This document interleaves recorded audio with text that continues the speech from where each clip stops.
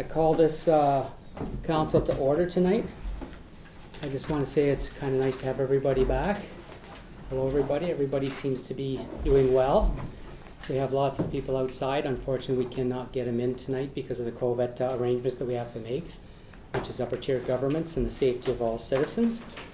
So we will move to confirmation of the agenda that the Council of Township of North hear and accept the agenda for the August 10th, 2020 council meeting as presented. Do I have a mover? I have Kevin. I have Anita seconding. Any questions or comments? Seeing none, I call the vote. All in favor? Carries. Disclosure of pecuniary interest. Trevor? Yes, Reed Bailey, thank you. I just wanted to declare pecuniary interest to check number 505604, which is the check is made out to my wife, who's a member of the daycare staff, and the check is for her membership to the registered RCE CE membership. I just want to make sure that I declare a conflict or a pecuniary interest on that. It is a reimbursement, but the fact that she is a municipal employee, I will not be voting on that bill of account. Thank you, Trevor. Anyone else? Before we go any further, I think I forgot to introduce somebody who's new to the crowd tonight. I'd like to introduce Jamie. She's our new Works Department manager. She started today. She got her first marching orders from the Reeve, but she gave them right back to me. There's a joke in there. Anyway, Jamie, welcome aboard. You'll have a great time. It's a great crew. Thank you. You should really enjoy yourself, and we're happy to have you. Public comments. This is an opportunity for anybody from the public to speak for 2 minutes on anything that's on the agenda tonight. So if anybody wants to speak to anything, now would be the time. Michael, you're coming up? I'm coming up.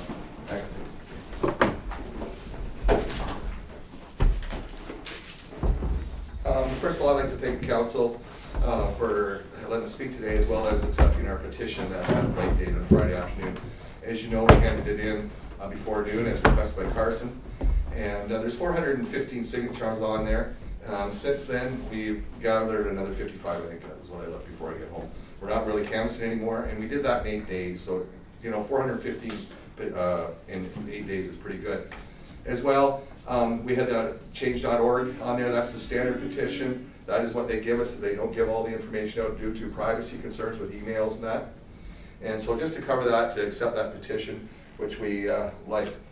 I just one question. Show of hands, how many of the councilors have been down and through the park? Right on. Well, at least that's half you. It's pretty hard to understand why the council wants to sell the park when we have 2 other subdivisions in town that are approved for homes. And taking away the park is something that provides livelihood for our local legion, for people like myself that used to live in Calgary. I came home 5 years in a row only because I had a trailer in the park and Wingham had someplace to stay. So many people from out of town come here and use that park, and it's utilized very much. It's at to maximum right now. It's full, and it has been like that for years. We understand, it's hard for us to understand the reason for selling it when there's other options to put housing in. And, we'd like to an explanation of why. The Legion especially needs the park. It survives off the park. People have consumed beverages there, they're in and out of there, and I'm sure as Tim will hopefully tell us, that it makes money every year. I know it's not a lot, the town's looking for more tax money, but we have 2 new subdivisions in that if a lot for the 14 houses were to sell up there for 30, 50, 70,000, whatever it is, that's far more than 12,800 per lot for 14 homes in the park. And so there's no really logic there to take away the park to do the same thing you could do somewhere else. There's also another thing that we're concerned about is when the town received the park from the Grey Bruce and Toronto Railway, there's also, I understand it to be, and we're researching this more, be a 99-year lease that'd be a town park for the citizens of Wingham. And we're hoping that is still in effect. Because that's very important. If a company donates it, the town bought it for $1, I have all the write-ups and that on that. But the park was actually given to the town for $1 that remained a park for 100 years. And to take away the park in this council, where's the future Wingham? What's next? You know, we're running out of, we don't have a dam anymore. You know, we don't have the museum anymore. We're not gonna have the park anymore. What's next? The town hall gonna be sold for housing? But anyways, I just wanted to show our concern. There's a bunch of people outside, there's a bunch of people inside here, and we need to keep this park. And, you know, having 415 signatures from the towns of Wingham and surrounding area, people that come to Wingham, is very important and influential.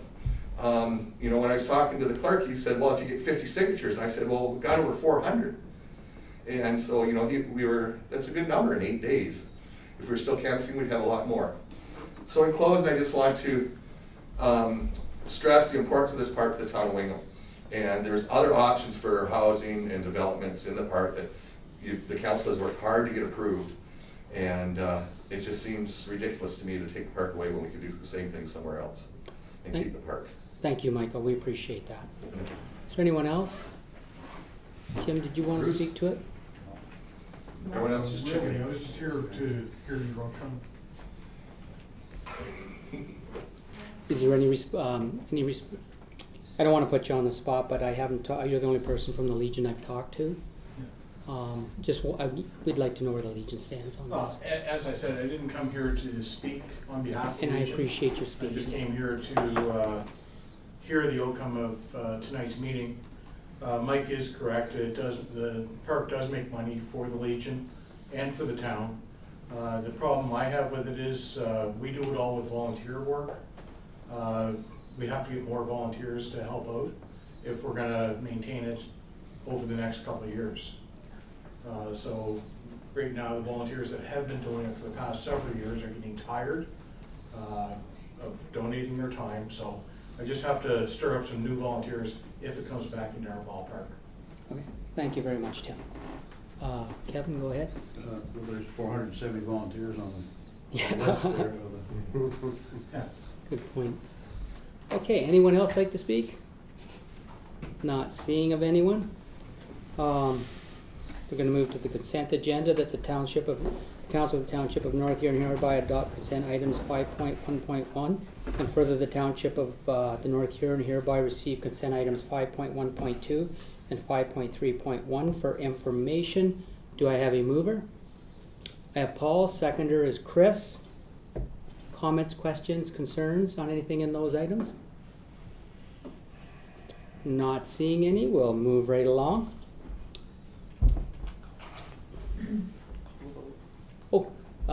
Can I call the vote, please? All in favor? Carries. So we have no meetings and delegations tonight. You'll forgive me, I didn't get in fast enough to get this thing up and going. Carson prepared me with a paper one. Reports number 7, we're going to 7.1.1, which would be the clerk's department. And that'll be CL-2020-16, supporting local economic development grant application. And I can read this now because we don't have to record a vote anymore, do we? No. Okay, thank you. Unless once requested. Okay. That the Council of Township of North Huron hereby receives a report of the clerk dated August 10th, 2020 regarding the supporting local economic development Sled grant program for information purposes. And further that the council authorizes staff to submit a grant funding application for $10,000 in supporting local economic development program for the development of tourist programs for North Huron. Can I get a mover and a seconder, and then Carson will speak to this? I have Anita moving. I have Kevin seconding. Go ahead, Carson. Thank you, Your Worship. So in 2018, the county introduced a grant funding program for municipalities and nonprofits called the Sled grant program. Sled standing for Supporting Local Economic Development. And this is a focused program targeting 4 key priorities, one being workforce attraction, agriculture, tourism, and investment attraction. And the program is delivered to municipalities and nonprofits on a first-come, first-served basis, with that deadline for this year being August 31st, 2020. And no organization is provided with more than $10,000 for their project, and if successful, the applicants of the project have 12 months to complete their project. So as council will see in the report, there's a number of criteria that must be met for the application. This criteria was taken to the Economic Development and Recovery Committee, and at the July 27th meeting, and at that meeting they discussed potential project ideas that a grant could be submitted for. And during that discussion, what they identified is that really for a diverse economy, the one area that's lacking in North Huron is the tourism program.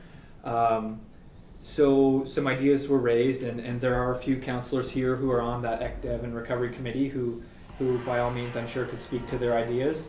But the intention was that we would submit a $10,000 grant application for the development of a tourism program for North Huron, and that tourism program would be twofold. One being an established kiosk, which as council is aware is in their strategic plan, and the second is for a bus tour, where the township would work with local businesses in the area to try and promote and showcase the landmarks, attractions of the area.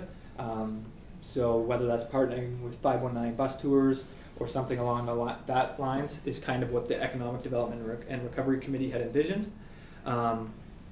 So basically, if council is in favor of submitting a grant application, staff will need direction on that through a resolution of council today. As for the financial impact, that's dependent, of course, on the amount of grant funds received. The criteria wasn't exactly clear on how much the municipality or any applicant has to contribute, so staff did reach out to County ECDEV, and the response we got was there is no predetermined fixed percentage of costs that must be contributed by the applicant. The applicant should include a meaningful contribution, which is usually a combination of money and time. Sometimes instead of money, the contribution has been assets such as land or equipment. So for example, with this in mind, costs that staff would likely be looking at are the staff time to kind of coordinate and organize this tourism program, as well as any land assets required for the establishing of the kiosk. As I mentioned already, this is in line with the goal number 1 economy of the strategic plan, as well as 2 specific action items, one being action item 1.3 to collaborate with Huron County to promote business and development opportunities and tourism in North Huron, and the second being action item 1.6, which is to establish a visitor information center at a physical location or kiosk. So as I said, there are a number of councillors who are on that committee who might be able to elaborate more on what the committee was envisioning with that tourism program. Thank you, Carson. Before I open it up to the council, Anita, would you like to speak to this? Anita Ittersum is the one, this is your brainchild, you brought this forward. Was there anything, Carson, you would like to add to it? Yes, with the COVID situation right now, everybody is looking forward to dualification in their own area. And one of the ideas was to promote local establishments, and for my purpose especially, I would like people to learn where their food comes from, so have restaurants involved, have agriculture businesses involved, make a sort of an experience, a North Huron experience, and have people cooperate and show them what we all have here, and make sure that they come back to the area. So we have so many great assets. We can do involve the rec departments to do exercise programs somewhere, or we can involve Maitland Valley to have the Warner Center explored better and make use of that. I think it's a great idea, Anita. I'm just so happy you brought it forward. I think it's a great idea. I'm going to open it up to council now. Questions, comments? Go ahead, Chris. Yeah, I was just wondering where this kiosk would go. Yet to be Any determined, thoughts? I'm going to presume, or alternative. Through your worship, yes, the location would yet to be determined. We would have to look in the available space we have as the municipality and what makes the most sense, right? So whether that's at the complex or whether that's here, there's certainly no established destination for that as of right now. I guess I'm trying to envision what it would look like. Right, and through your worship, the discussion at the committee level was that, well, there's potential that this could be almost your starting location for a bus tour. right? So whether that's the bus picks up people there, and this kiosk has a ton of information about North Huron, so whether that's about the bus tour itself or whether pamphlets so that people can kind of go and tour North Huron and the surrounding area on their own. But by all means, there's nothing established whatsoever so far. Basically, the idea was just brought forward at the committee level, and now if council is in favor, we would submit the grant and kind of go from there in the coordination of the plan. Go ahead, Kevin. 3-year, and actually probably 2-year. The funding comes through Huron County, I presume, and are they also a participant in the SLED? Like, do we compete against Huron County? Are they doing their own intake? I honestly don't have an answer to that, Or but I'm do gonna they just presume give that yes. out to them? I just want clarification, whether they give it out just to the municipalities, or does Huron County have a SLED Yeah. program ideas? Yeah. Do we Vicky, compete are with them? you, okay, you familiar with the SLED program? Through your worship, so the SLED program is a county-run program targeting municipalities, as in the lower tier municipalities, and nonprofits. So anyone who meets that criteria can apply, and the county ECDEV would make the decisions on who gets that funding. So my best guess would be that the county is not going to apply for a program they're dispersing. Paul, sorry, Paul? Yeah, through you, was there a timeline, or say you have to wait for the grant, but was there a timeline to get it into gear? I believe there's a tight timeline, Carson? Through your worship, so if any successful applicant has 12 months to complete that project.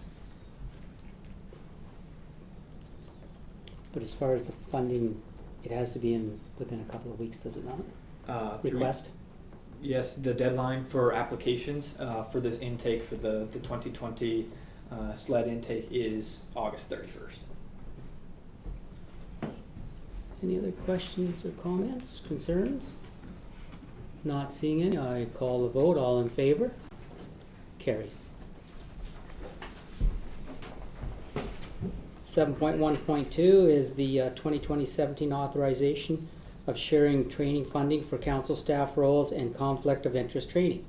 That the Council of Township of North Huron hereby receives a report of the clerk dated August 10th, 2020 regarding the authorization of sharing training funding for council staff roles and conflict of interest training for information purposes. And further, the council authorizes the use of the budget of $2,500 in sharing council training funding for the virtual council staff roles and conflict of interest training sessions from John Mascarin of Arid and Burles to be held at an August 26, 2020 special council meeting. And further, that the remainder of the training costs be paid for through the unspent shared council training funds reserves. And further, that the council authorizes the Director of Finance to make the necessary changes to the 2020 budget. Do I have a mover? So move. Trevor moves, seconded by Rick. Conversations? Questions, concerns? Do you want me to? I'll let Carson speak to it first, and then we'll ask those questions. Thank you, Your Worship. So, as council is aware, there's $2,500 budgeted annually for joint council training. This is training that funds that must be used by council as a whole, and these funds are spent by the passing of a resolution of council. So in 2019, out of the $2,500 in shared training funds, $1,078.72 in shared funds was unspent, and this money was transferred into the shared council training reserves. And then with the previous council, in 2018, because of vacancies in the election, there was a decent amount of unspent funds. So $7,500 in shared training funds was transferred to reserves. So in total, just so council is aware, there's $8,578.72 in shared council training reserves right now. So a number of councillors have recently contacted staff to express an interest in receiving training related to the differentiation of the various roles of council and staff. And additionally, requests have also been received for some more conflict of interest training. So with this in mind, staff did reach out to Aird & Burles, and we were able to book August 26th as a potential time for this training. And at this meeting, council would be able to receive training on the following topics, one being good governance and ethics, where John Mascaron would provide a review of the council's code of conduct, the role of integrity commissioners, council staff relations, and the role of council and administration.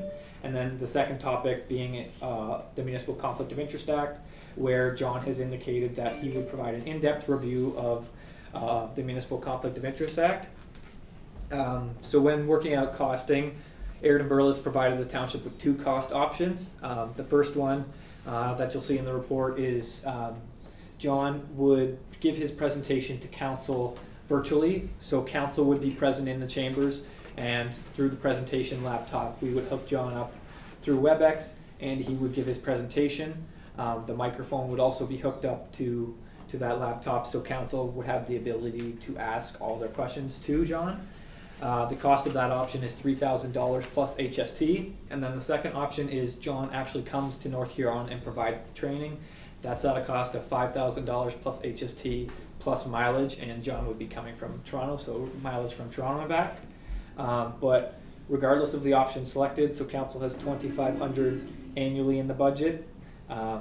So regardless of the option, if council is desirous of this training, a motion would be required to pull from reserves for that, whether that's to cover the cost of $3,000 to get to the $3,000 total, or the $5,000 total is ultimately up to council. But staff's recommendation at this time is that the virtual training be authorized and John make the presentation through WebEx.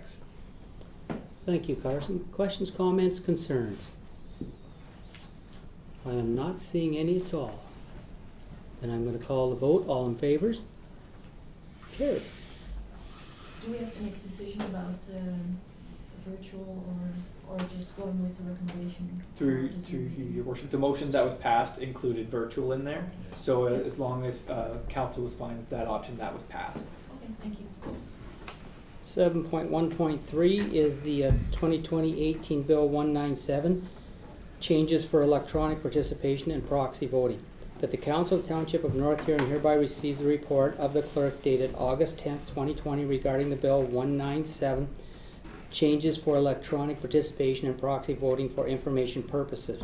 And further, the Council authorizes all Township of North Huron committees and boards to resume conducting in-person meetings, provided that they can meet the recommended Huron-Perth public health, physical distancing, and sanitation requirements.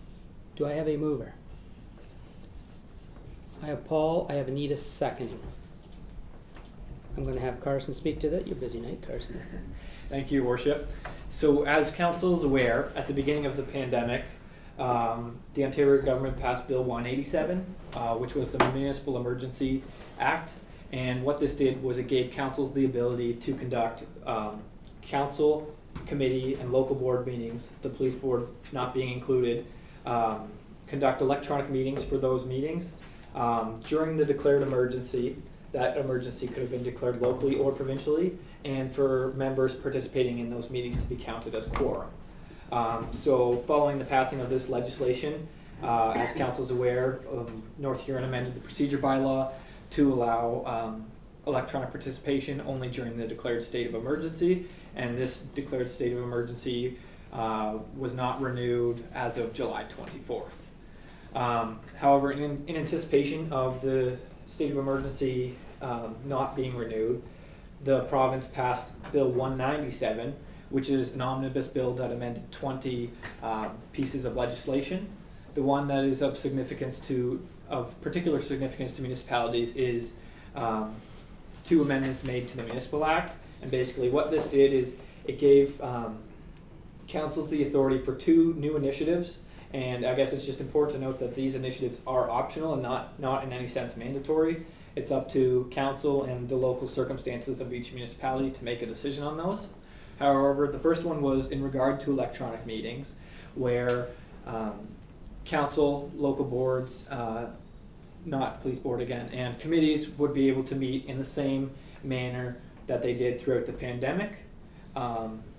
However, if council was in favor of that option, what would be required is an amendment to the procedure bylaw to remove any reference to state of emergency, because as council is aware, our bylaw was developed so that it was only to be during the state of emergency. The other change is in relation to proxy voting. So what the province did is they gave councils the ability to implement proxy voting, where another member of council can vote on your behalf if you are not present at that meeting. So if a municipality were to choose to allow for proxy voting, basically the municipality also determines the scope and extent of proxy appointments. And if proxy voting is implemented, municipalities will have to establish the process for proxy voting, how a proxy voter participates in votes, speaking, asking questions on behalf of the member that they're serving as a proxy for, and then as well as the circumstances where proxies can and cannot be used. So the province has indicated that it would be the role of the clerk to establish a process for appointing and revoking proxies, and that these would also need to be reflected in the procedure bylaw as well. The province has recommended that municipalities should also look at their code of conduct and other local policies to see if there's any other policies that would be affected by this new initiative. I guess it's just important to note that there are a number of limitations with proxy voting. One being that the proxy has to be a member of the same council. A member cannot act as a proxy for more than one member of council at a time. An appointed proxy is not counted for determining quorum. So if say 4 people had a proxy and there's only 3 people here, council wouldn't have quorum and the meeting couldn't go forward. A member appointing a proxy is required to notify the clerk with the local appointment process that would be established, and then when a recorded vote is taken, the clerk is required to name the vote of every proxy holder and the name of the member of council who that proxy is acting for. Finally, the legislation with proxy voting also says that council member absence rules still apply. Right, so under the Municipal Act, if a member is absent for 3 consecutive months, then their seat is declared vacant unless it's authorized by a resolution of council. So someone cannot just kind of go to the States for a vacation for 4 months and not tell the rest of council because they have a proxy voting for them. So as for electronic meetings, when the original bylaw amendment was made, council had expressed the concern to only allow electronic meetings to the extent that it was required so that the municipality could continue its business during the pandemic. So I guess if council's still in favor of only allowing it during declared state of emergencies, then no amendments need to be made. However, if council wants to go ahead with allowing electronic meetings on a permanent basis, as I mentioned, the procedure bylaw would have to be amended to remove any mention of state of emergency or emergency declaration or anything along that line. If council wanted to go to electronic meetings beyond times with the state of emergency, staff would recommend that it be done fully electronically. Many municipalities throughout the pandemic recognized that there was challenges with what is being referred to as a hybrid approach, where it's partly in person and partly not. We did test it out with the Economic Development and Recovery Committee, and anyone who was there could speak to the fact that it did not go as smoothly as we would have liked. So right now, North Huron definitely lacks the technological capacity for a smooth functioning, open and transparent meeting if we were to use a hybrid approach. The other thing I guess I'll note is staff did reach out to the committees and boards of North Huron to see what the appetite was for electronic meetings versus in person. The overwhelming majority was that in-person meetings are definitely preferred. So with this in mind, staff recommend that council pass a motion for all our committees and boards to resume in-person meetings, provided that they can meet the public health and sanitation, the public health, physical distancing, and sanitation requirements. As for proxy voting, the novelty of this new initiative can definitely create some challenges for municipalities.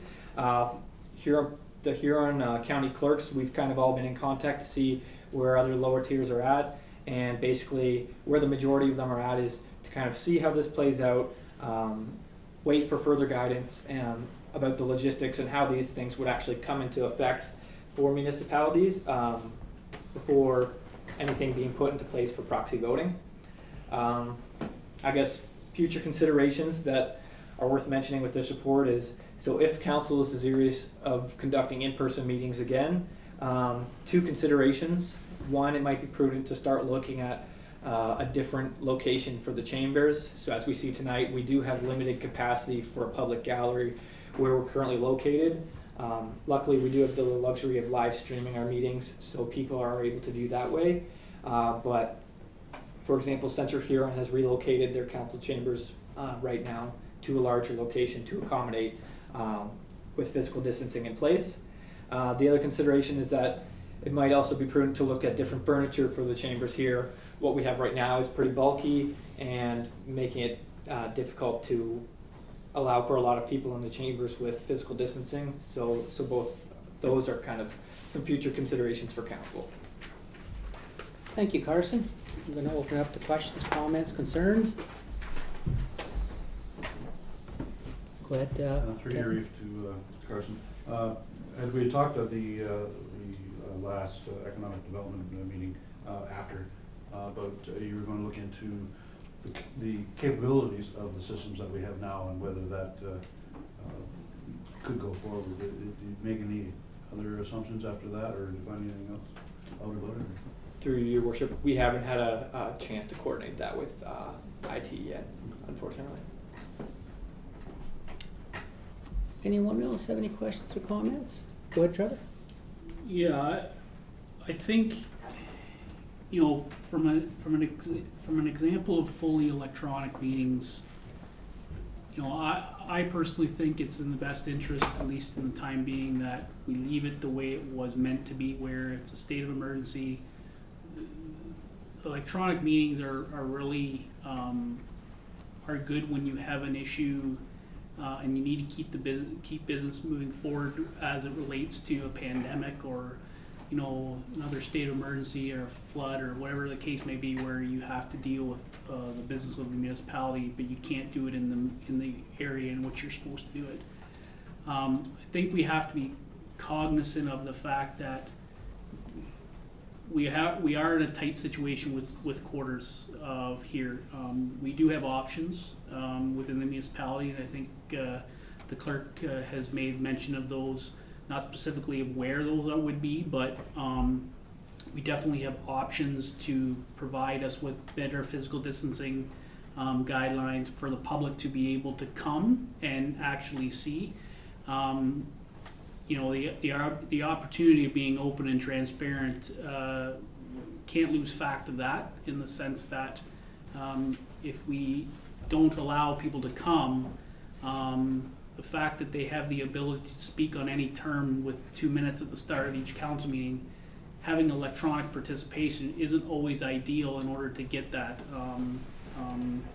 People are not comfortable with that type of arrangement. So, you know, I think ultimately in my mind, I would prefer us to find an option that we can have, you know, council as such the way we have it today. I would like to get a public gallery back in the sense of, you know, being able to support and house 15 or 20 people. I would suggest we don't have to go to like the hundreds.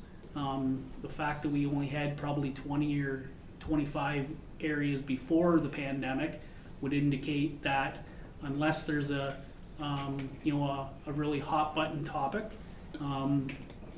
it's really in the sense that, and I understand there's people here that are looking at the back and saying there's a lot more people, but when you have 25 council meetings in a year and you have 3 topics that might impact the majority of the residents of North Huron, it gets really lonely in this council chambers most times. There's maybe 1 or 2 people in the public gallery. So, you know, I acknowledge the fact that there is a lot of people that have certain wishes of and want to express those to council, and I don't want to deter that from them.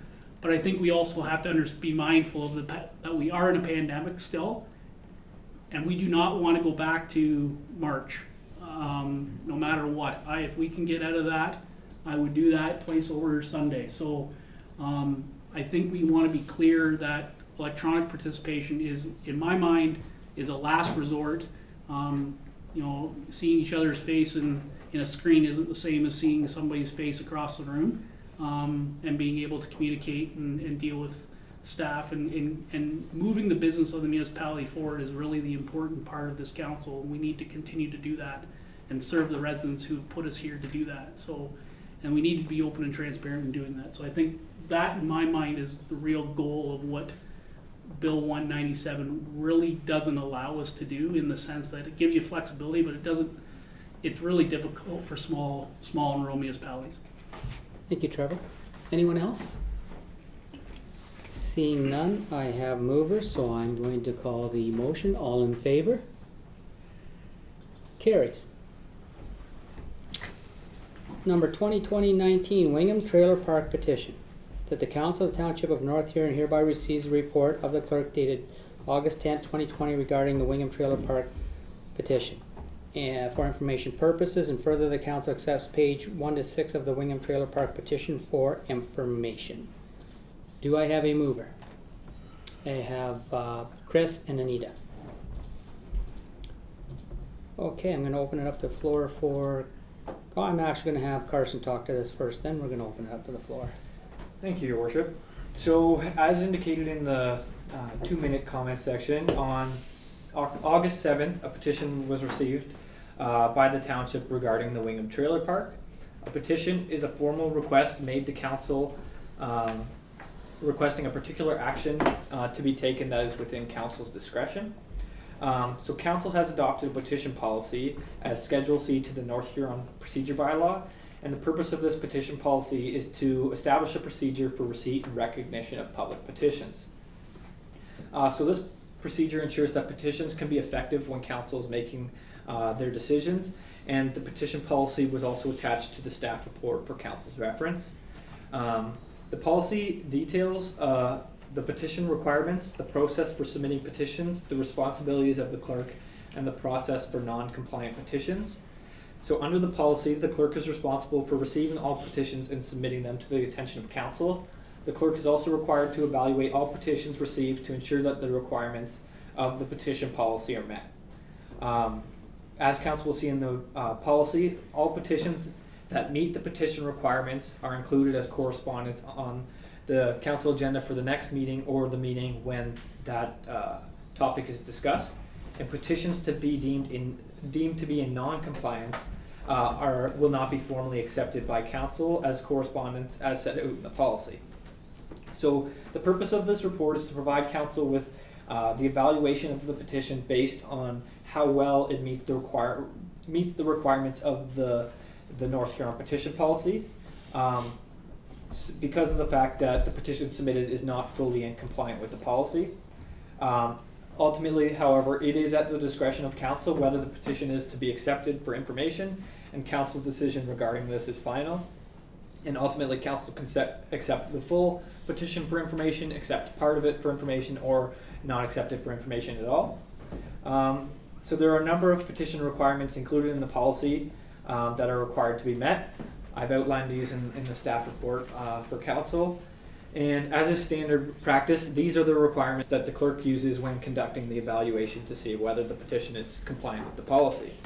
After an evaluation, there are a few areas where the petition was not in compliance, which is why this evaluation is coming to council. If it was fully compliant, it would have just been attached on correspondence on the council agenda.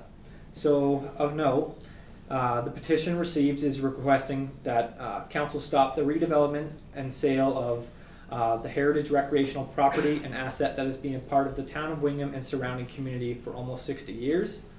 So while this petition does request a particular action that's within the authority of council, it's just important to note that the Wingham Trailer Park is not designated as a heritage property in North Huron.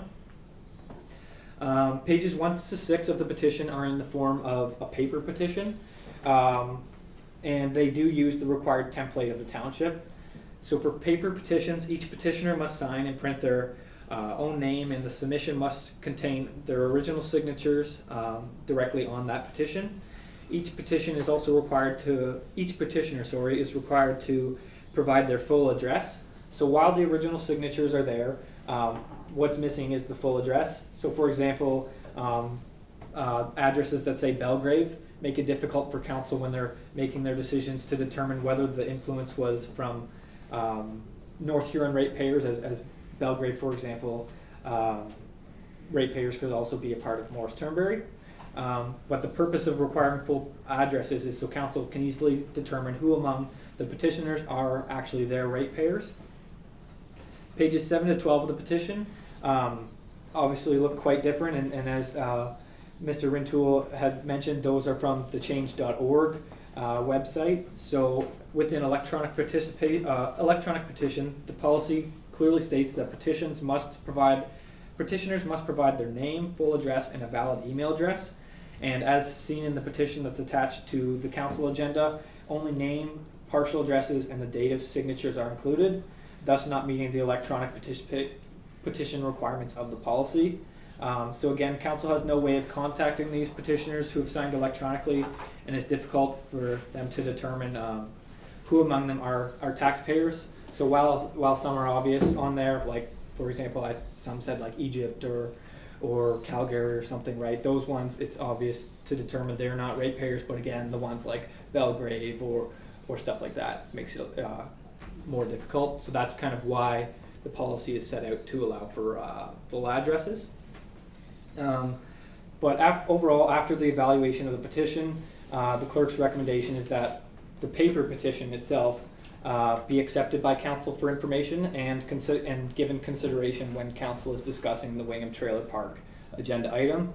The electronic petition portion, so pages 7 to 21, just because of the fact that there's no full address, no email addresses, and no original signature, it makes it difficult to for the clerk's recommendation after the evaluation to accept that because of how non-compliant it is with the policy.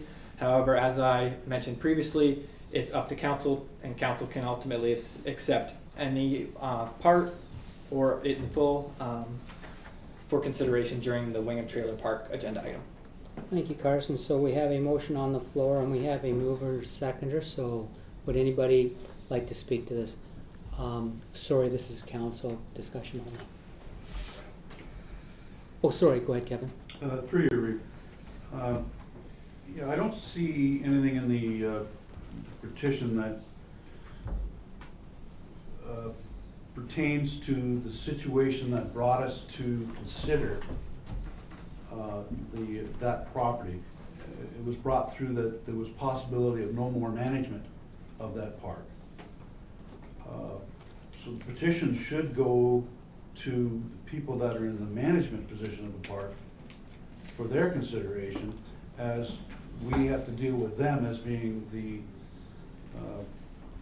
leasees of the property. Because no matter what we decide as going forward on the property, if there's no management, there's still no park. So I find that I understand and I welcome the petition.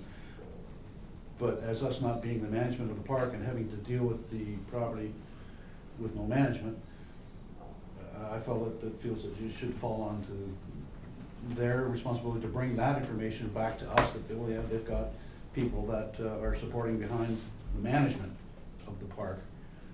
Because the question asked of council, the petition doesn't bring forth any new information as to the management or in the control of the facility. Thank you, Kevin. Trevor? Yeah, so where we are today, so council requested staff to do an EA assessment of that land with the possible potential of changing it to residential. We don't know anything more as it relates to the last council heard about the management of the park was the Legion was willing to do it, and they actually wanted a 3-year arrangement. That was the last time council has heard anything that relates to the management of that park. So the assumption that I would have is that still, unless the Legion comes back to us and says, no, I don't want that, that's what we have to establish. Us going to do an EA on the residential perspective of that property had everything to do with our residential tax base that we have today. And there's been lots of communication from ratepayers as to it. We've got Maitland Estates potentially and Hutton Heights on the agenda, and a whole bunch of other things that are in the hopper. None of which are shovel ready, none of which are there yet. No different than this piece of property. We're doing investigation to ensure that the council has all the information that it needs to do to make a reasonable decision on a piece of property. I have said from the time that I have been elected as a member of not only this council but the council before, is the municipality in the trailer park business? That has been my position from the get-go. And if we're not in the trailer park business, then we need to find other arrangements for this piece of property. The Legion did. Trev, I've just been notified that this one here is particularly only about the trailer park petition, and you can have that discussion when we talk about the trailer park with Vicky's report. Okay. Yeah. I'm sorry. Thank No, you. I didn't pick up on it either. Thank you, Carson, for mentioning that. Yeah, Okay. appreciate that. So we're just going to go back to the petition, but again, as Kevin had stated, that it's not from the Legion. It's just a petition from the public at large. So we have a mover and a seconder for pages 1 to 6 to be allowed to be presented for information purposes. Is there any other comments or questions on that? Seeing none, I call the vote. Go ahead, Paul. Yeah, I'd just like to be a reference there that there are some names there from other municipalities there. I'd just like to be recognizing those 88 names, Okay. that they aren't taxpayers. Yeah. I just wanted to be recognized. Yeah, and that's very important to recognize. Go ahead, Chris. Yeah, there's 21 more or less names that Paul's referring to. Okay. So just to keep in mind. Okay, thank you kindly. Okay, anyone else? Not hearing any, I'm going to call the vote. All in favor? It carries. The petition is on. Finance Department, there's no movement tonight. 7.3, Recreation Community. Future of the Wingham Trailer Park and results of the Environmental Study Condition Assessment Phase 1 and 2. That the Council of the Township of North Huron hereby receives the report prepared by the Director of Recreation and Community Services dated August 10th, 2020 regarding the future of the Wingham Trailer Park and the results of the Environmental Study Condition Assessment Phase 1 and 2 for information purposes. And further, that the staff be authorized to proceed with Phase 3 of the Environmental Study Condition Assessment Soil Remuneration Program at a cost of approximately $10,000. And further, that the Director of Finance be authorized to allocate funding for the Planning and Development Reserve Fund to cover the costs associated with the Phase 3 of the Environmental Study Condition Assessment Soil Remediation Program. And further, that the Director of Finance include the estimated $30,000 costs associated with the pre-development site work of the 21 budget. And further, that the staff be directed to provide notice to the Wingham Legion that no later than August 14th, 2020, that the municipality wishes to terminate the operation agreement with the Wingham Legion regarding the Wingham Trailer Park effective December 31st, 2020. You make these any longer than the book. Do I have a mover? I have Kevin. Do I have a seconder? I have Anita. Okay, we have a mover. Let's have a conversation. Trevor, if you want to just pick up where you left off there, that would be a good place. Oh, sorry, Vicky, speak to it first. Okay. Sorry. Thank you. That's okay. Thank you, Your Worship. Before you and members of council this evening, we have a lengthy report on the Wingham Trailer Park and the Phase 1 and Phase 2 environmental site condition assessments. Again, it's been a long time coming. We've been at this for over a year. It was actually July of last year when we started this whole process, our investigation basically into potential development of that site. And as you may recall, there was a bit of pressure on council at that time to help our local businesses and manufacturers be able to recruit and retain a workforce, a skilled workforce to work in their businesses, because what they were finding was because due to the situation where we're in the housing crisis, our housing shortage crisis, there wasn't, we didn't have the housing available for people to come here, live here, move here, and stay here and things. So that was kind of what brought this forward. But even before that, what really had happened was during council's orientation session, when you first came on board, members of council expressed a concern that North Huron had the highest tax rate, or nearly the highest tax rate in all of Ontario, and had indicated that it was their intent to try to find ways to reduce the taxes and the overall cost of municipal services to the residents of North Huron. Council asked staff to identify facilities, programs, and services which could be reduced or eliminated as cost-saving measures. And staff have identified different facilities and programs for council to consider, and one of which was the Wingham Trailer Park.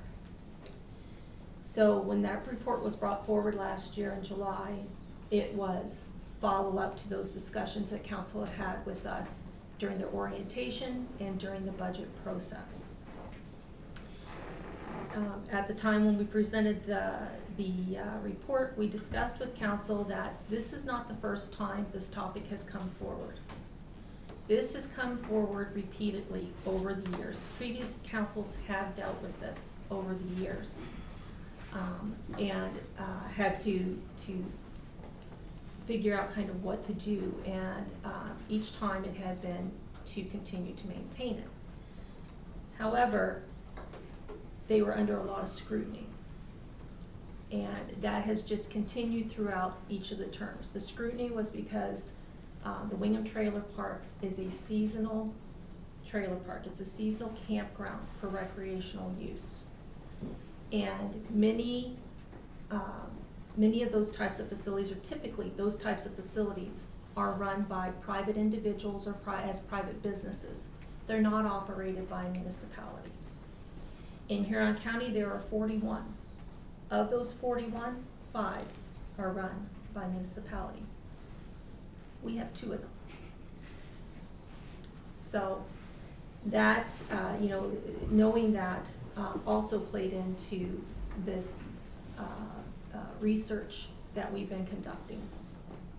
So just to give you an overview then on this is, the Wingham Trailer Park is a 2.85 acre parcel. It's located at 166 John Street here in town. The park is owned by the township, but it is currently operated by the Wingham Legion through an operating agreement. Again, it's a seasonal trailer park. It's 6 months of the year, open from May to October. It has 25 seasonal sites and 20 overnight sites. All of the sites have hydro and water services, but only 30 of them have sewage. And the remainder of the sites have to use a centralized washroom facility. As indicated in the report, there has been a lot of scrutiny over the years about the operational costs of the trailer park. The operational costs have historically been borne by the taxpayer prior to the agreement with the Legion. The park was operated by the township's recreation department. The costs were tremendous, as I heard, on the taxpayers. Those costs we have been able to reduce those costs through the agreement with the Legion. However, there's still costs to the township. The other, the taxpayers or ratepayers from before had made comments to previous council members that they were concerned about those costs because their tax dollars are paying for the operation of a recreational use property for seasonal use. And things, it's offsetting or subsidizing those costs. The other concern that they had was that, as indicated earlier this evening, that facility has been in the township's ownership for quite a while. It is an aging facility. And like our other aging facilities, it is going to require improvements and additional maintenance, and capital improvements, and we'll have to look at it as part of our asset management plan if we decide to maintain it.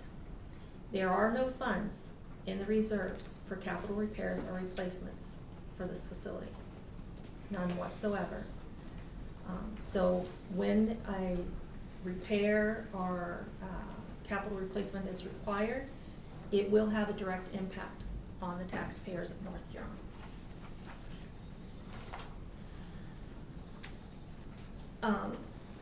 In February, we had at the council meeting, council directed staff to undertake this phase 2 and phase 1 environmental site condition assessment. It had an upset limit of $35,000, and council directed us to notify the Legion of our intent to do that, in which staff did do that.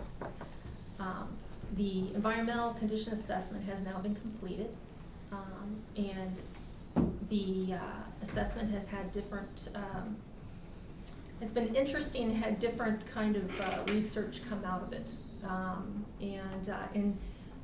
We knew that there was a variety of uses of the property over the years, but it has had a lot of different uses and things. And we had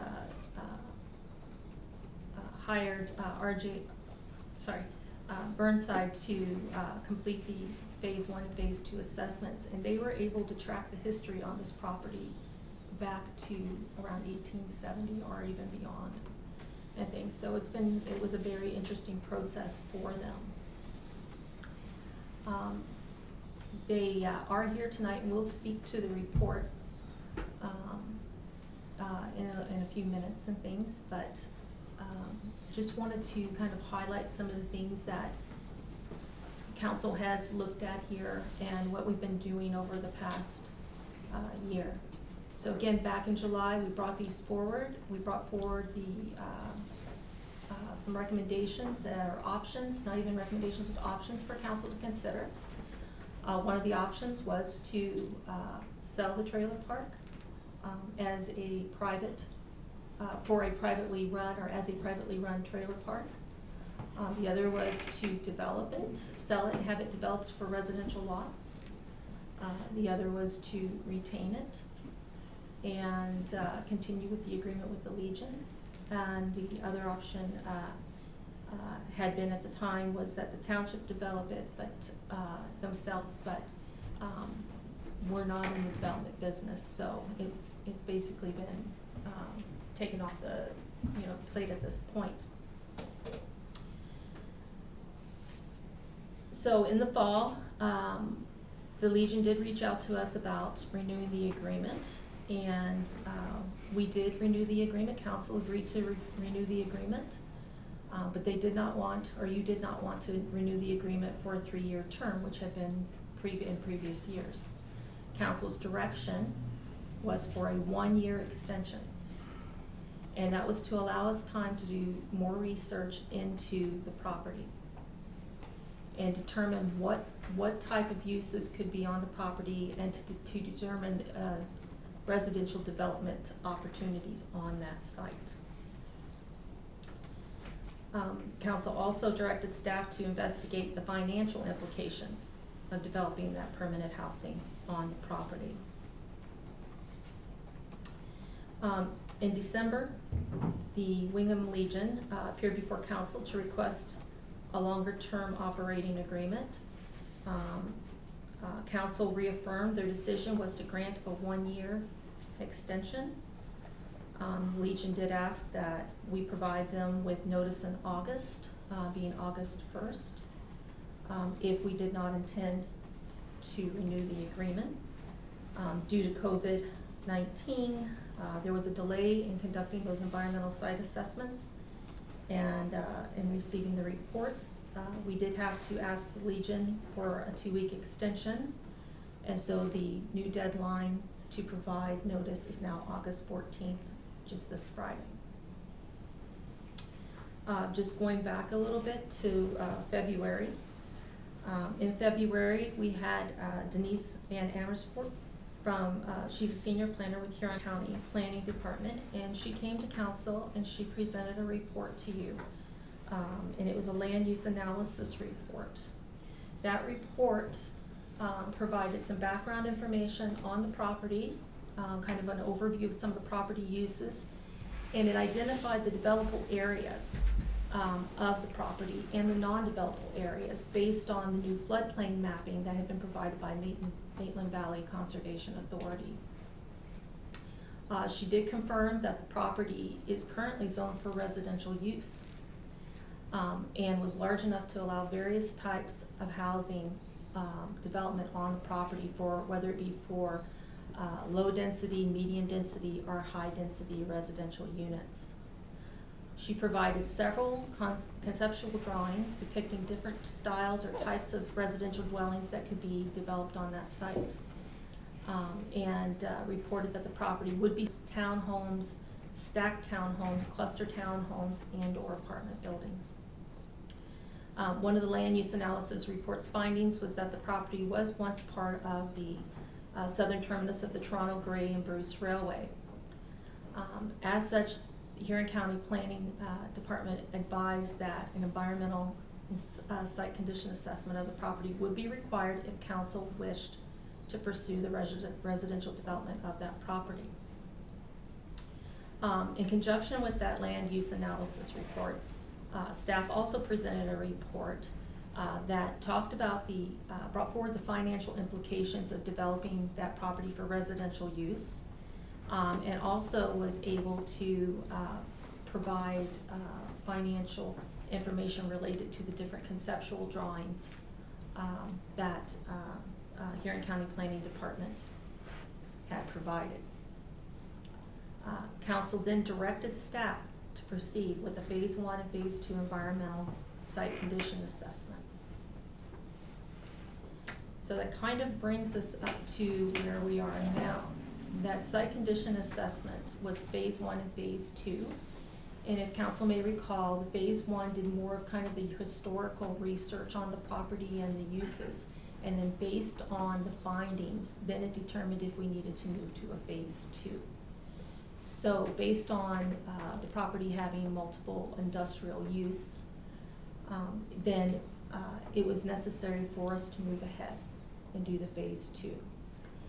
And the Phase 2 then involved completing locates, drilling boreholes, to examine subsurface conditions and facilitate the collection of soil samples. It also involved laboratory analysis of those samples and provide us with information as to what was in the soil and things. They also tested or installed groundwater monitoring wells to measure the static water levels and interpret the direction of the groundwater flow, and collected groundwater samples for analysis of contaminants and any kind of potential concerns, and compared soil and groundwater analytical results to the applicable site condition standards for residential property use.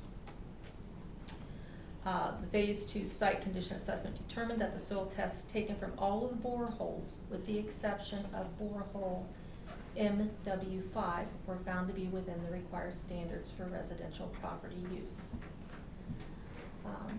The borehole MW5 is located in the northwest boundary of the property, in an area that was once the dumping area. And it's actually near the floodplain area that we've seen previously on the floodplain mapping, and near the Wingham Community Trail. as noted in the soil test taken, at that borehole, it is exceeding the established standards for metals and inorganics, according to the report, at a depth of contamination of approximately 15 feet. They did take other samples around that borehole to determine how far out the contamination was, and they found that it wasn't in the adjacent boreholes.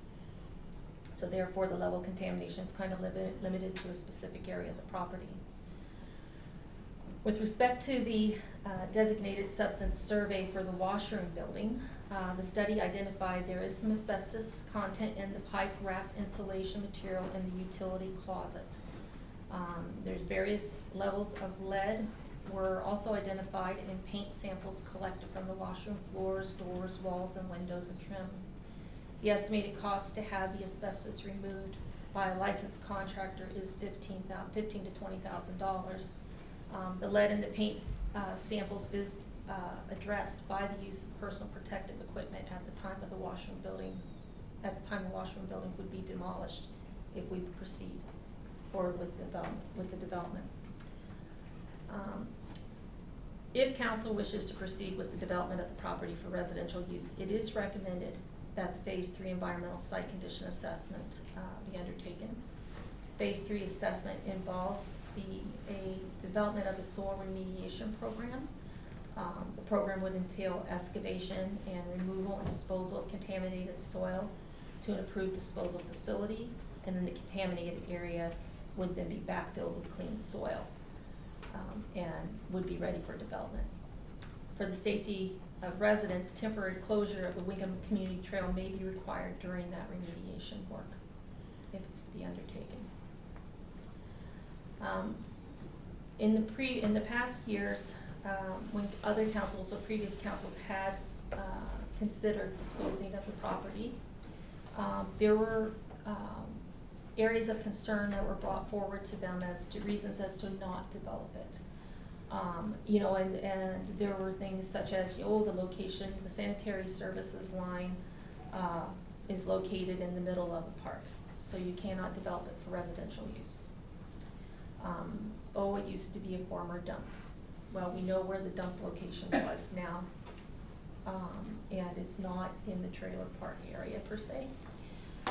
We have been able to confirm that the sanitary service line does not go through the center of the park. It is actually located on the easement between the Legion and the trailer park property. So that is no longer a hindrance for any development potential.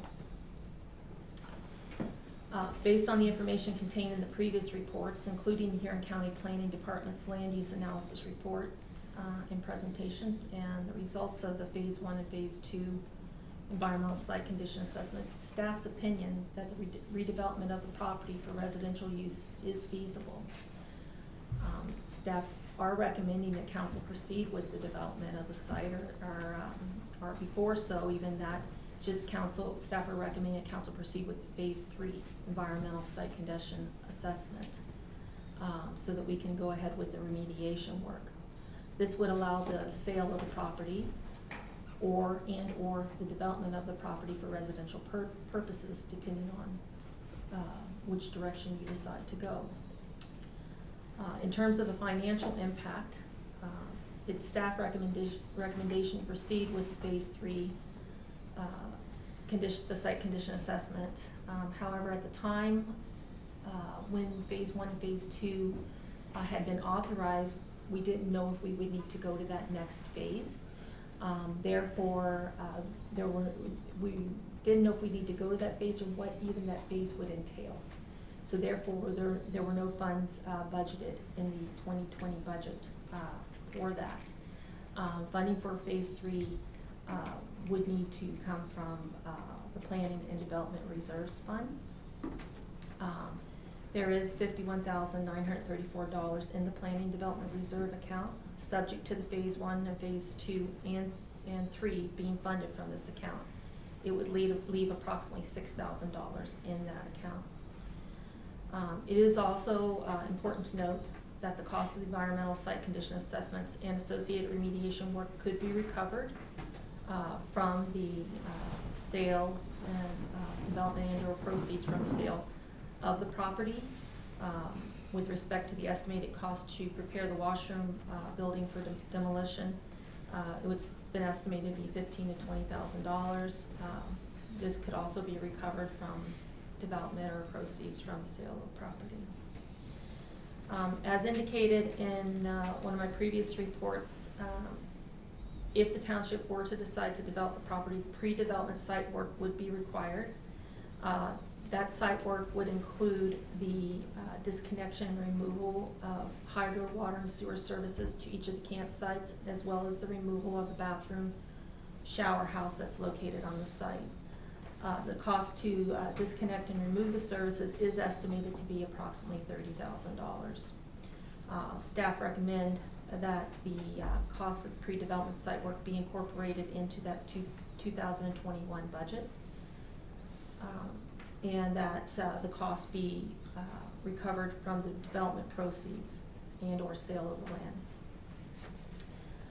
As previously reported, development of property for permanent housing would be a positive, would have a positive financial impact on the community as a whole. The development of 14 single residential units or more than 29 townhomes would generate new employment for construction opportunities, and would help the township address the housing needs of its residents. The construction of new permanent housing would also provide additional year-round economic benefits to local businesses, retailers, restaurants, grocery stores, banks, gas stations, etc. Again, on a year-round basis rather than on a 6-month basis. Lastly, the redevelopment of the trailer park into a permanent residential area would provide an increase in tax revenue. Additional tax revenue would help address the township's operational and capital costs associated with its aging infrastructure.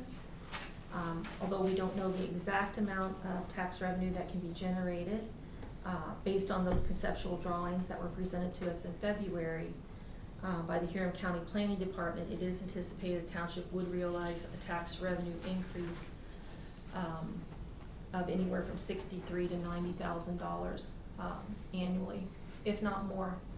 The increased amount of tax revenue is dependent on the number of residences that would be constructed, as well as the assessment of the housing that would be constructed.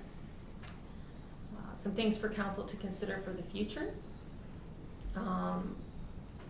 As council is aware, the Wingham Legion has expressed an interest in the continued operation of the Wingham Trailer Park.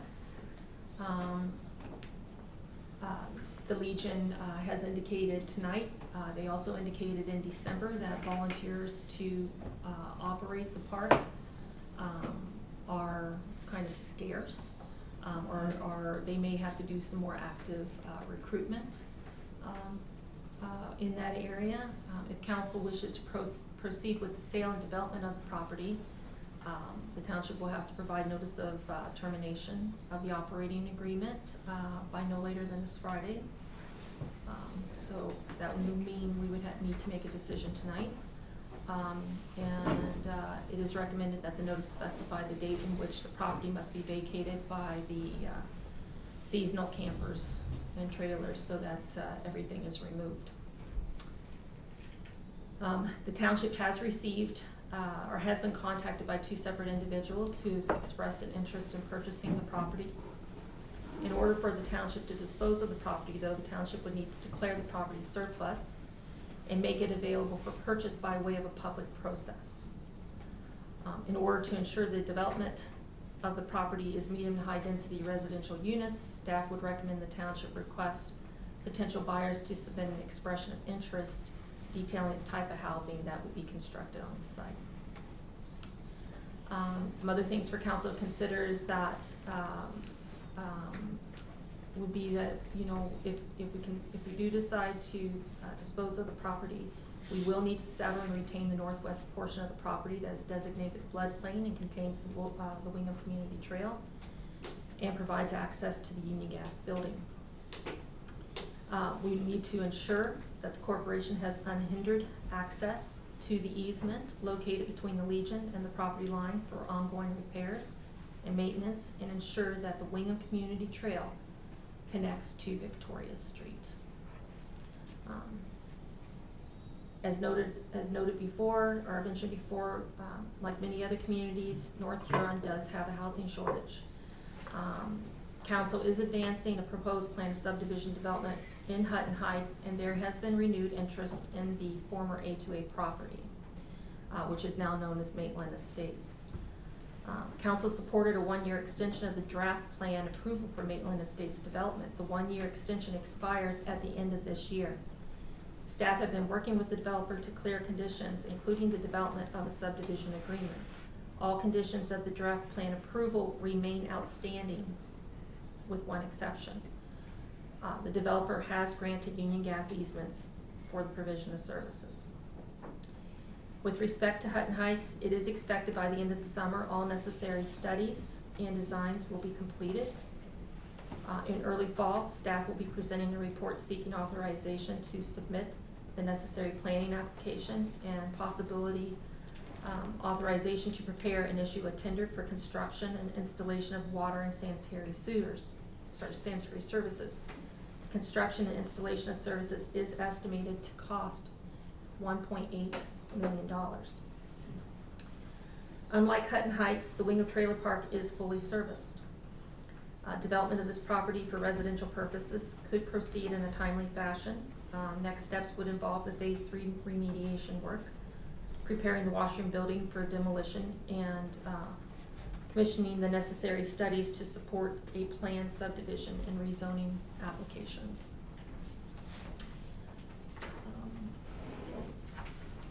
Your Worship, if Kathleen is here, see if she's, I'll step out into the hall. Yeah, appreciate that. Thank you. Well,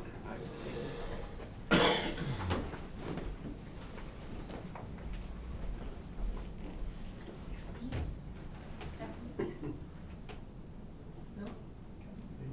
Kathleen, no. Maybe she's. My apologies. That's okay. It's understandable with what's going on. So, without Kathleen's report, we're going to move forward. And if you're done, Vicki, I'm going to open it back up to the floor. Trevor, you did start, so I'm going to ask you if you wouldn't mind continuing. Yes, thanks, Reeve. So, ultimately, to summarize what Vicki is basically, we got to this point because we haven't seen any real, we're nowhere closer to residential development in North Huron than we were when we started this council. Except for a little bit of pre-planning on Hutton Heights. We're nowhere closer to getting residential development in the town of Wingham, which ultimately has been, a thorn in, I bet you, 20 councils before that. So arguably, this council has been looking at all options. The concern has been, in my mind, is we are not in the trailer park business. We're not very good. We haven't been very good in Blythe in promoting the trailer park. We haven't necessarily needed to promote the trailer park in Wingham because of the residential or the members have been there for some time. COVID doesn't help the fact that you can't have transients, or you couldn't have transients for much of the season so far until now. But arguably the argument has been in the past is exactly that. Every election that I've been in the last 6 years is, what are you gonna do to lower my taxes? What are you gonna do? Because I'm tired of paying taxes on services that aren't necessarily my need to pay for.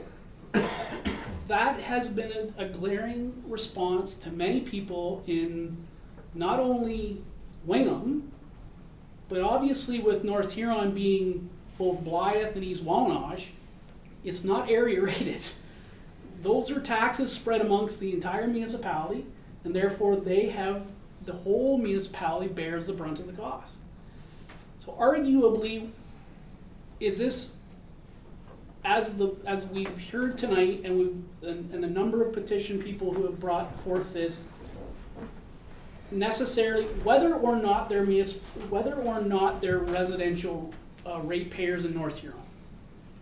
We've seen this with other services and other infrastructure in the municipality, that people have a belief or a need or a want of something because it's always been there. It's been something that's been highly regarded as part of the infrastructure and part of the community for many, many years. I'm not disowning that. But I also have a realization that we have to think large scale, and changes need to be made. Do I think this is the right change? Yeah, I do. In the sense that residential development in this town, in North Huron, needs to move forward. And right now, we're honestly not seeing any shovel in the ground at the end of this year.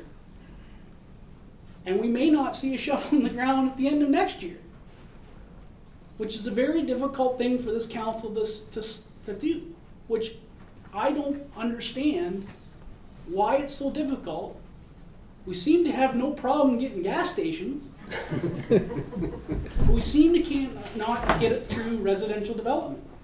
And I don't think it's a lack of trying. I really don't. I think it is, we try and try and try, but a lot of the municipality has no impact on whether it gets past the finish line. If a developer came to us and said, let's build tomorrow, we'll sign the bottom line tomorrow. We do that, and then we sit and wait for 8 years, or 9 years, or 10. And that's the problem that we've been running into. So, is the municipality of North Huron in the trailer park business? I don't believe it is. I don't think we do an accurate job of promoting it. I know we're talking about tourism, and that's one of these things where it's a conversation. Tourism is a whole lot more than trailer parks and other things. So we need to do a better job as a whole about how we promote the municipality. Economics is economics. We need more money in our tax base to reduce the over. We have the facility and the infrastructure in North Huron to support large-scale residential development without increasing water, sewer, any of those big ticket. We have the facilities now. So to add more industrial people isn't going to concern North Huron in the sense of adding significant costs to our infrastructure, other than Hutton Heights. Hutton Heights is a big one, and that's why Hutton Heights hasn't happened in the 8 years. It's $2 million. Figure out how to get water out there. So ultimately, my position is I want to see us make a decision that is in the best interest of North Huron, and it may not be the right, time will tell whether it's the right decision or the wrong decision. Everybody has their opinion. Everybody has their critique of where we are. The problem with it is that we need to make a decision that's in the best interest right now of getting us to where we need to be in the next 10 years, next 15 years. The only point that I want to make to Vicky and to staff is this is the first time I've heard the comment that Mr. Rintoul had mentioned that we ran into this with the park in Blythe, where it was gifted to the municipality, and there's an agreement that says it needs to be a park for 50 years or 100 years. We ran into that problem with the Blythe, the Lions campground, like that area where there was a mention or a note that said this should have happened, and it didn't. And council wasn't aware of that at the time we made the call to look at residential builds. My concern is we are up a deadline. Friday is our deadline. We want to make sure we give the Legion the right respect that we truly believe we can do. My concern is to review that somehow in detail to figure out whether or not we have some obligation to the residents of Wingham that says we cannot, because it's been, maybe it's about 100 years or not, that we can't develop that piece of property. I think that's in our right interest. We need to do that because I think that's the only fair thing to do. If council 50 years ago or 100 years ago signed that, we need to respect that council's decision at the time and follow to that end of that agreement. And if that is the case, in my mind, if it means that we have to maintain a trailer park, I'm all for providing it to the Legion if they so choose. But in my mind, for my position, in my opinion, that's the only hindrance to residential development in that property. If that is not a hindrance and we can't find any resolution that says otherwise, my recommendation is to build residential development on that property. Thank you, Trevor. Just over to Vicky for a minute. Did you guys do a deed search? That would have been part of the phase one. And of so the- nothing was found saying about a, Not that I'm aware of. Your worship, I did speak in length with Kathleen Lang's staff, and she did not mention that at all. Not at all. I think so we would need to do some research on that. I mean, it could be something depending, if that could be, it could have happened and it could have said, or until such time, one or either party dissolves, or we would have to do some research into that and see. This is the first I've heard of that. so we'd appreciate it if that could be Yeah. done quickly, as we all know the Absolutely. timeline. Thank you, because that is true what Trevor just said. We don't want to get stuck in the middle. Kevin, your thoughts? Well, I want to thank Wingham for not having any spaces to develop right away, because we've got 47 new working families and tax-paying families in residentials built this year in Blythe, and we could use another 40 or build another 47 more or more just because of the demand. Yeah. It's helping people in our neck of the woods with people for employment, new families moving in. You hardly recognize the town anymore, what kid's riding a bike or who's walking down Main Street. I do believe that property beside the Legion is easily changed over because the services are there. Nice is still going to be 2 or 3 years out for this municipality before it really would start showing any returns where shovel-ready property. I'd love to see the Huron or Maitland Estates fill every one of those up there. But as you say, we've been dealing with this for 9 years now, and it doesn't seem to be ticking any further. And we don't have any, in this north end, we don't have any more room Yeah. to go to build on. So I think that the process that was a good thought-out process when we decided to go forward by looking at what the possibilities for that property. Yeah, I do agree that recreation is a great part, but as you say, we're not in that business. The property, if it goes forward, if someone wanted to purchase the property and continue on with what's on it, that's highly doable as well. If this is deemed surplus, I'm in favor of the development myself. Thank you, Kevin. Paul? Yes, I've had different people come to me wondering where they're going to move to when they come to that magic age, whenever, and they don't have a place to go, they say, and they have to move, they're afraid that they're going to have to move out, and with the hospital here, their friends here, they want to stay here.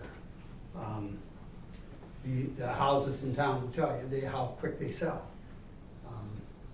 So I know we just had a gentleman, he just sold, he told me when I was campaigning, he wanted to stay in town, are you going to have a place for me? I says, I sure hope there will be. He just moved to Listowel. His house sold in about 4 days. So I feel we need development in this town. Thank you, Paul. Anita? yes, I think we owe it to our residents to try to get our taxes down and to our businesses to make sure that there are people that can come here and we can provide them with housing and with everything they need. I also think it's important for the businesses downtown that they have business throughout the whole year and not just in the summer months. Thank you. Chris? I totally agree that we need development as fast as possible, and but I am concerned a little bit about the cost of remediation. Any idea? Like they dug 15 feet down. Okay. Through you, your worship, Yep, go ahead. it's estimated, the soil remediation program is estimated to cost $10,000. Okay, I understood that 10 just to be the test. No, That is the cost. Seems low, because dirt costs more than that. that is what we have been advised. Okay. Yeah. Okay. Rick? I have to agree, we need the redevelopment of that property. Thank you. Wasn't too long ago that I got a call from our largest employer. The footprint in Wingham may change. 475 jobs are about to be lost because we had no place to put employees. In the very short term, I reached out to some former colleagues of mine, and we managed to bring a lot of people in from, I believe it was India. I think 16 or 17 to fill the line right now. They're clumped together, living above some of the stores, sometimes 5, 6 guys in one apartment. There is no place for them. We're caught in a very bad place. We could lose all those jobs and it's not going to go to another town. It's going to go to Mexico or China. They're not coming back. Then we've got lots of houses. We have a big problem here. This is just not a simple conversation about a trailer park. This is about what we're going to do to keep our future and our town lively. I'm going to agree with Trevor because we've been working behind the scenes. I have not seen any ground scraped anywhere. I've had lots of conversations. I've made lots of promises. We've had open houses, but I have not seen, in the world I live in, till the money's in my bank, it's not mine. So this is another one where our council is caught in a very difficult position. No matter which way we go, somebody's going to be angry. So as Deputy Reeve-Sype said, we must think of the future. So I am in agreement that, and as Tim said, the Legion is finding it difficult to get anybody to look after it. I know there was some conversation with staff about maybe the staff could be doing more work down there. When Ray Hellahan and I made that agreement years ago, and somebody might correct me on numbers, but I do believe it was costing the town $48,000 a year in your taxes, or 1% of your taxes, to keep that trailer park down there with staff and all the work they did down there. And the first year that we switched over to the Legion, and again, forgive me if I've got the numbers wrong, but I think we made something like $8,000 for the town and $8,000 for the Legion. Again, somebody who has more time than I do can go look those. That's up 2016, I think that was. It was a great deal. Time has passed, things have changed. The Legion has said that they're having difficulty. They'd like to hang on to it. I hear there's 400 people that would like to have it. But I have a town that has to worry about its biggest employer. I have Brightspan coming to the table that cannot keep the lines open. They will not stay. Does anybody remember LD Doors? Remember them? They had 200 and some employees in Brussels, and they shut down because of the fire, and they came over here and they had 60. Anybody ever heard of them in the last 5 years? Couldn't get help. Where are they? They went to the city to get help. We lost those jobs. So this council is looking at this as a all-around problem with a lot of things going on. You've heard from all of your members. So now I'm going to, I believe I have a mover and seconder. I'm going to call the vote. Oh, go ahead, Trevor. Reeve, I just want to make one mention. Yep.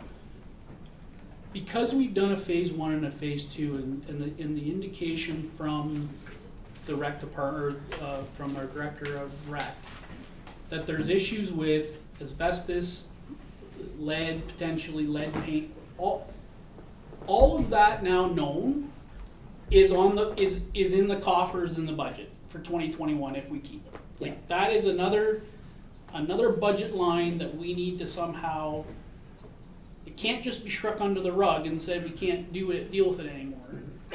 The argument is we now know it. So whether we should have known it or not before, that's hearsay, and hindsight's always 20/20. Yeah. But we have to understand now the fact that we know that those issues, because of that phase 1, phase 2 site, those are budget items, and those are already big ticket numbers that are already in our budget that we would have to somehow come up with to satisfy that particular property in the taxpayer's mind. In all honesty, if there's asbestos in that building, I hope it's closed. In all honesty, asbestos, and we'll have lawsuits coming out of our ears. As long as you don't do anything To with it. your worship, it's in the closet where the water heater is. It's not in any of the washroom facilities that is under use. Okay, so there's no liability on part of the town? No. Thank you. Okay, there's no other go ahead, Anita? Yeah, and then do we have to adjust the motion or not for the investigation that you have to do in Carson's gonna speak to that. Through you, your worship, to Councillor Van Anderson, if staff will do that research, and if something is found, in order to meet the timelines, we would have to come back with a special council meeting, and council could do a motion to reconsider this motion in light of new information, right? If there was no new information, then this motion could stand. the, thank you. Anyone else? Seeing none, I call the motion. All in favor? Carries.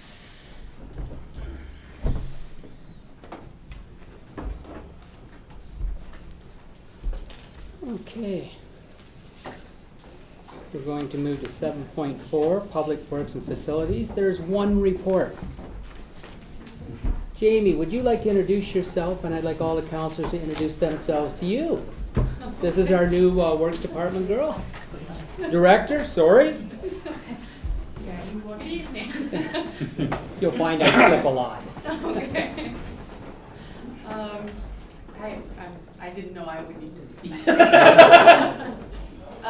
So I'm Jamie McCarthy. It's my first day. I hope to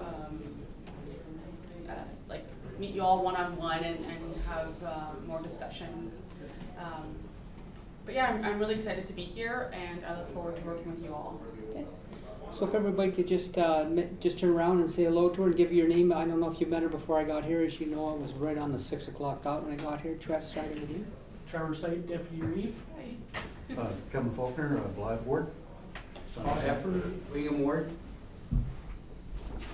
Hi, Anita Van Hillersum, East Wamanas Ward, a rural area. Yeah, Chris Palmer, the East Wanash Ward, and I'll probably be talking to you lots of times about the roads. Okay.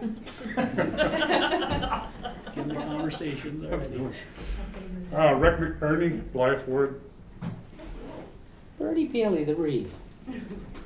And you've met most of the staff by now, I'm going to presume? Yes, I have. Yes, great. Okay, well, welcome to our little township. Thank you. I'm sure you'll enjoy it. We hope you'll enjoy it. We have a nice little team here. And we look forward to working with you. Great. And if Thank there's you any very much. problems, call Dwayne. No. Fire department, no report. Building department, no report. Child care department, no report. CEO, no report. 8.1, Blythe Community Betterment, RE, the request to waive multi-vendor business licenses fees for 2020 Blythe Outdoor Market, that the Council of Township of North Huron hereby waive the multi-vendor business license fee for the Blythe Community Betterment's business license for the 2020 Blythe Outdoor Market. Do I have a mover? I have Anita and I have Kevin. Carson, could you speak to that? Sure, thank you, Your Worship. So, as council will have seen attached to the agenda package, township staff have been working with Blythe Community Betterment, who has been handed the Blythe Outdoor Market from the BIA this year for a business license. And Blythe Community Betterment is a nonprofit. They're just looking to enhance the business opportunities in Blythe. And most not-profit, when a business license comes forward, it's been standard practice in North Huron to waive that fee. So the request has been received from Blythe Community Betterment, and if council is supportive, they can pass that draft motion there to waive the fee for the 2020 market, which is occurring on Thursdays from 10 to 2. Questions, comments, or concerns? Go ahead, Kevin. Through your, yeah, I'd just like to say the accomplishment of the members that have taken that on to bring out the market. It's not only benefited the participants of the market that come in from outside of town. The market has been changed to incorporate all of Main Street, and I'm seeing a revival of the businesses that are on the street, bringing their wares out onto the street, taking advantage of the walking crowd.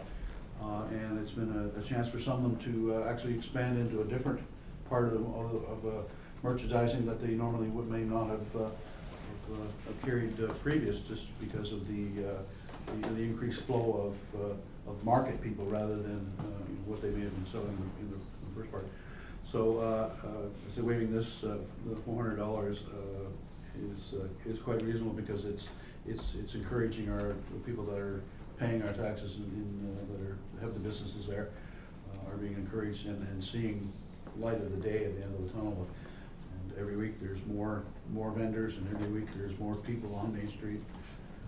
The church groups are selling lunches, and some of the service clubs are selling tickets to their meals there too. And it's coming around. It's nice to see that there's people coming out from underneath the rocks and partaking in that kind of thing. So I wholeheartedly put my endorsement in front of this.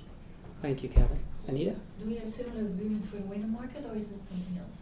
I have no idea. Through your worship, the Wingham market usually had a Crookshank Park, that fee is waived as well. Okay, thank you. Thank you. Anyone else? Not seeing any. I call the motion. Everyone in favor? Carries. Letter from Alicia Detner expressing an interest to be appointed as a retail sector representative on the Economic Development and Recovery Committee, that the Council of Township of North Huron hereby accept the North Huron Economic Development and Recovery Committee's recommendation to appoint Alicia Detner as the retail sector representative for the North Huron Economic Development and Recovery Committee. Do I have a mover? I have. There's more to that motion. What's that? There's more to that motion. Oh, there's more? And further. Gotta make these shorter. That the bylaw number 25, 2019, being a committee appointed bylaw, be amended to reflect this appointment. I had Kevin and I had Paul. Questions, comments, or concerns? Seeing none, I call the motion. All in favor? Carries. I hope she brings friends. I hope she brings friends with her. 8.3, Westario Power Inc. Special resolution of the shareholders to confirm new appointee to the Board of Directors. That the Council of Township of North Huron hereby receives a letter from Westario Power Inc. regarding the special shareholders resolution for information. And further, that the following persons are hereby confirmed as directors of the Westario Power Inc. Corporation: Tim Lavoie, forgive me if I did that wrong, William Goetz, Sue Patterson, George Bridge, Chris Peabody, Mitch Tooland, Randy Hughes, Bart Cameron, and Luke Charbonneau. Do I have a mover? I have Trevor, seconder is Rick. Questions, conversations, or concerns? Seeing none, I call the motion. All in favor? Carries. Council reports. We're going to start with the Reeves report. I've had an interesting 18 months. I've had an interesting 18 weeks. I've had a very interesting 18 days. Certain things going on that I'm going to confront, simply because it's what I do. I have some emails here, and I'm not going to get into a lot of the emails. I'm just going to point out a few things that'll make you understand where it leads to. I have an email here from, I believe it is Terry DL. Very nice email. And in the email, though, he asked me whether or not I had a pecuniary interest and would this cause a conflict. Very nice email, and I appreciate his thoughts. Another one I got from, this one is from Mr. Beard. And Mr. Beard said, I read Denny Scott's article. I'm just going to read the one paragraph here. If you do not have a letter of opinion, I would encourage you to consider obtaining such a letter from the Integrity Commissioner. But he CC'd it to somebody. Some guy by the name of John Mascarin. At that time I had no idea who John Mascarin was. I have a letter here from, who's this one from? Jim Dorr, former chief of police. Very upset that we're throwing all this money into the dam. He's upset about his high taxes, the former chief of police. Again, he says to me, in fact, you should go to the Integrity Committee because you bought that house on the river, and we don't think you should be putting your hand up. But he CC'd the same guy, but it's erisbellis.com. So these guys, we have the side that want it, and we have the side that don't want the dam. Is this going on forever? But these guys suggested that I go to the Integrity Commissioner and CC'd him. Or in plain English, they threatened me. Okay, I kind of think this is a threat. Because if I don't do that, they're going to run me into the ground, whatever my reputation. So I'm going to handle it the way Bernie Bailey handles everything. I'm going to read to you what I sent. To John Mascarin, sorry. Dear Mr. Mascarin, I am writing to you because I need your advice regarding to whether I should recuse myself from the involvement with the decision-making regarding the housing dam, which is located in Wingham, Ontario, which is within the township of North Huron. First, I will provide you with some information that may prove to be helpful to you. In the fall of 2018, I ran a successful campaign to become the Reeve of North Huron. As expected, there were many issues on the table, and the voters needed to know my stance on one being the long-standing controversial fate of the house and dam. I made it clear that I was in favor of keeping the dam by looking at the interesting and perhaps unique solutions, but not using taxpayers' dollars to remove it or repair it or to replace it. I did receive 70% of the vote in all three wards, so I did quite well. The Township of North Huron, following protocol, and developed a committee. The committee's job was to determine whether to replace the dam, remove the dam, repair, refurbish the dam, or leave it as it is. I sat on this committee as Reeve, and I was permitted to do this. In August of 2019, my wife and I purchased a new home. It is on the Maitland River, and the housing dam is part of it. In June 20th, I stated to the Housing Dam Committee meeting that I would purchase this home on the Maitland River and therefore no longer was going to attend the meetings. Right? This committee has come to a conclusion. Its goal is to repair, refurbish the housing dam within a timeline. It is important to share that the committee came to this conclusion long after I stopped going to these meetings. At a recent Township of North Huron Council meeting, staff brought to the council the suggestion of seeking an engineer's report. We do have several engineer reports, but none included the dollar amount of any action. So that the yet to be formed fundraising committee would know the fundraising dollar amount and the goal. Council members voted. I voted in favor of seeking this report. I'm now getting some pressure from some residents that I need to declare a conflict of interest because I now live on the Maitland River. So for example, I should not have voted at all the recent meetings with regards to seeking an engineer's report with regards to how much refurbishing the dam will cost. In fact, 2 letters came from residents that were shared with you. You are CC'd by Phil Beard, letter July 29th, 2020, and Jim Dorr, letter on July 30th, 2020. I find it unsettling that they seemingly are asking you to seek your, I seemingly are asking me to seek your advice, yet they included you in the correspondence, making me feel as if these are veiled threats. I am left wondering too, how many of my other councillors who may feel they are receiving veiled threats? 2, I want to share my thoughts. I feel that I am able to vote. Living on the river is no different than living on a road or a street. Because someone is repairing it, it does not mean that your property is automatically worth more. Also, those wanting to remove the housing dam feel that the natural landscape would be more or just as beautiful, said it many times, as having the river higher because of the dam. So it should not affect the value of my property. The other point to be made is there is no intent of spending taxpayers' monies. There are eager people wanting to fundraise to refurbish the dam. Regardless of the other opinions, I am seeking your advice on this matter because I do not want to have a cloud hanging over me, the Township of North Huron staff, or the other hardworking council members. I look forward to receiving your advice as to whether the housing dam decisions are a conflict of interest to me. If you need further information for clarification, call myself. This went out yesterday. He's already got back to me and he said he'd be getting a hold of town hall staff and myself for further. I want to make a few things clear. Number one, I didn't have to bring this to public. We can ask this, he can give the information, and I don't have to tell you what happened. I will tell you what he said. Number two, I don't take to threats. I don't threaten people. I'll take a hard stand, as you guys know. I'll argue my point. I will listen to you guys. I will listen to the public, and I may go in a different direction. You've seen it happen. But I will not take threats. My council does not take threats, and my staff does not take threats. There's a better way to do building. And I don't care if it's another township that wants to bully us in public with a bunch of oddball talking. If you want to buy off us, you will come to the table as proper ladies and gentlemen and discuss it properly. If you want to talk to me and have a proper conversation, talk to me. I am always available. But I'll be damned if I'll start taking threats at 65, because I'll turn 65 tomorrow and I don't take threats. At any age. And I'm not going to start now. Thank you for your time. It is council members' turn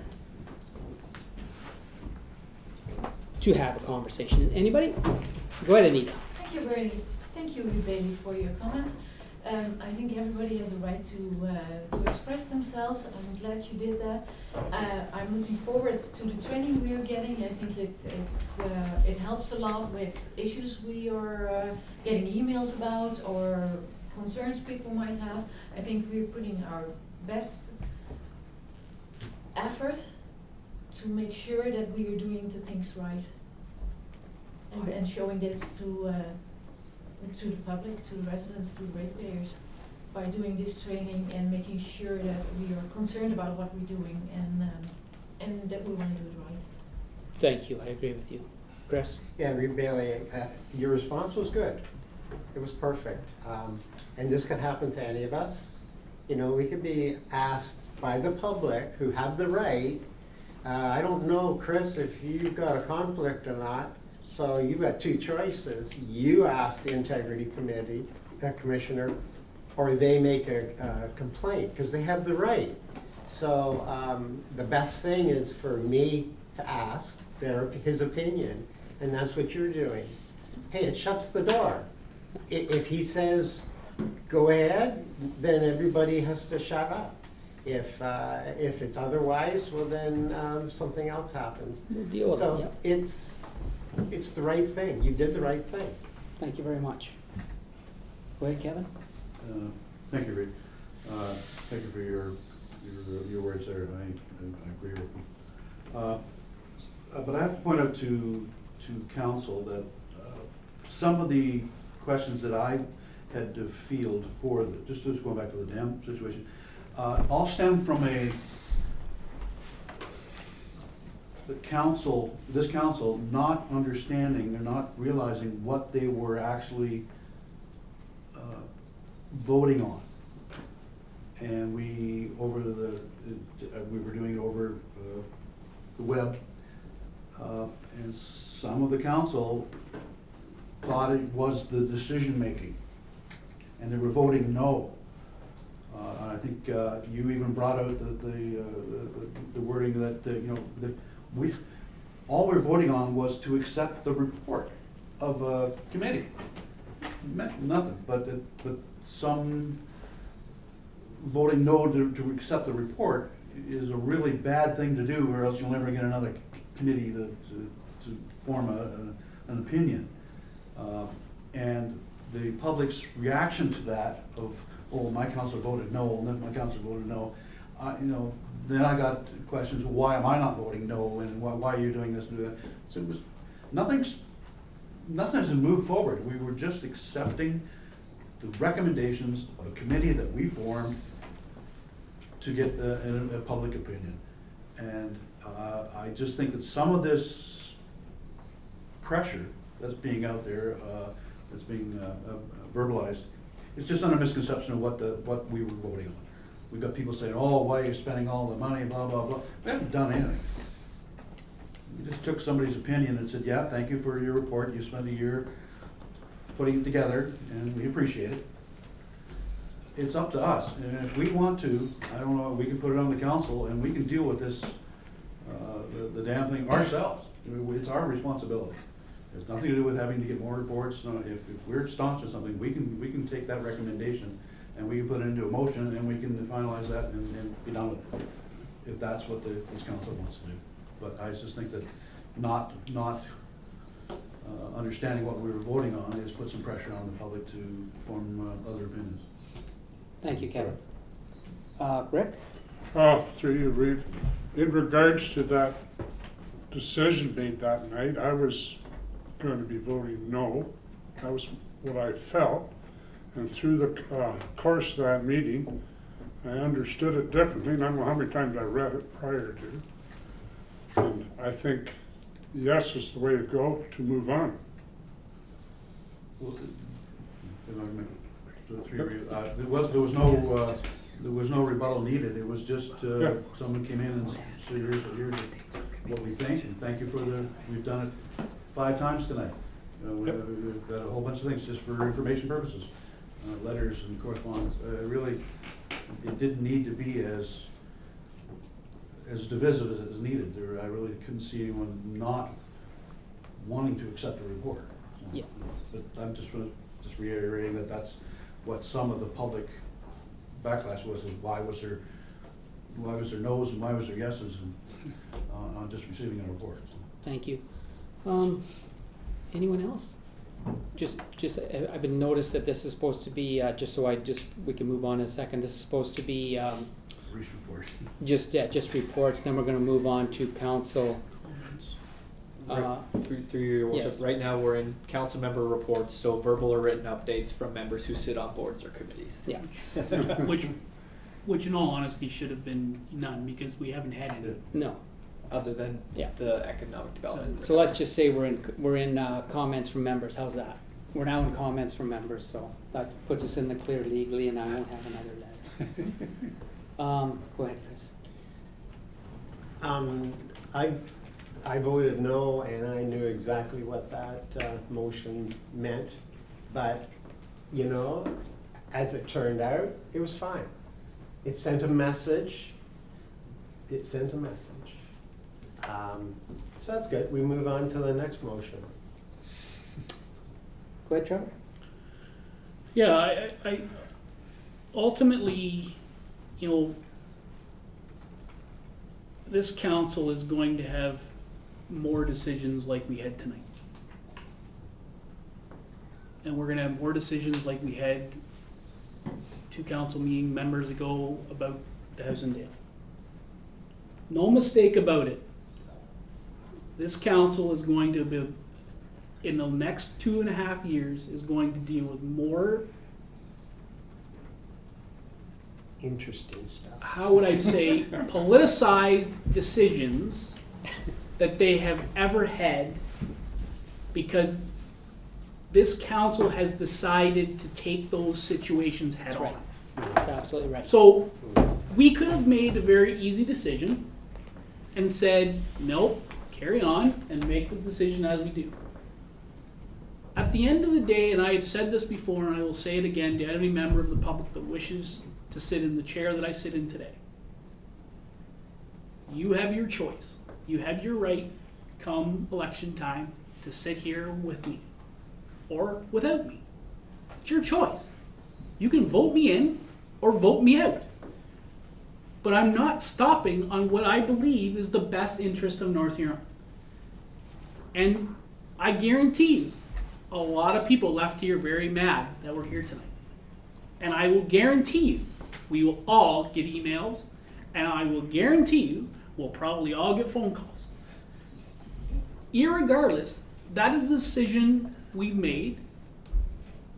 Right, wrong, or indifferent, councils and residents in this municipality in 20 years can decide whether that was the right decision or the wrong decision. They can make that decision in 3 years. 2 years, when election time is. That's their right. I'm not gonna hold back on what I believe is truly the reason why I'm in this chair. The same as every counselor here has said that tonight. We're doing it because we have the best interest of North Huron at heart. Irregardless of whether you live in Blythe, you live in Wingham, or you live in East Wabash. That is the reason why we're here. We are going to make people upset. We're going to make people really happy. You are not going to satisfy everybody, and if you think you are, you might as well stay at home. Because it's not going to happen. So, at the end of the day, I'm very proud in the fact that we've taken these topics head on. They're politicized. Let's count a spade a spade. These are politicized topics that only politicians want to deal with, because normal people, if we were running an industry or a factory or a business, the decision would have been made 25 years ago. But political and emotion come into play when you come into politics and municipal government. Welcome to it. And that's what it's going to be. Members of the public are going to have to deal with it. And that's what we're trying to do. So I commend us for doing what we're doing, not because we've made the right decision. Nobody knows that. But we made a decision. And we're moving forward in the best we can. So that's my comments to the community, to the residents, to the people who are here, to the people who are listening. That's what I'm here for. I'm here for a short time. Hopefully not a long time. The fact of the matter is, I'm here and I'm trying to do the best what's in the best interest of North Huron every day that I come here. So that's what we're trying to accomplish. People are not going to like it, but we're doing what we have to do to make this municipality forward. I could argue in the last 25 years, it hasn't moved forward a lot. And would talk to it in our population. Our population hasn't gone up in North Huron. So it's time to do something new. Switch it up, change it around. It hasn't worked for other councils. It may not work for us, but at least we're trying something. And the argument can be held for us in 2 years or whatever. At the end of the day, I commend us for doing something. Yeah. And just not sitting on it. Because it's easy just to sit on it. I just wanted to point out, just to end this, if any counselor is feeling threatened, don't be afraid to come to me, okay? Because I will not tolerate it. And my staff especially, staff already knows this. I will not tolerate it. If you have a conversation with me, I'll sit down and have a conversation with anybody. And we can come to an agreement, or maybe we can't. But threatening me is never going to get you anywhere. I don't care how big you are. I don't care if you want to go back to the manor days. Threatening is not going to work. And I don't think one of my counselors will put up with it either. But it was the veiled threat, and it was like, no, you can't do that to anybody. I will not change my vote worrying about the commissioner. Bring the guy on, I don't care. And everybody should take the same attitude. Reed, the only thing I want to mention is, if counselors are having that type of pressure, we have processes and policies in place.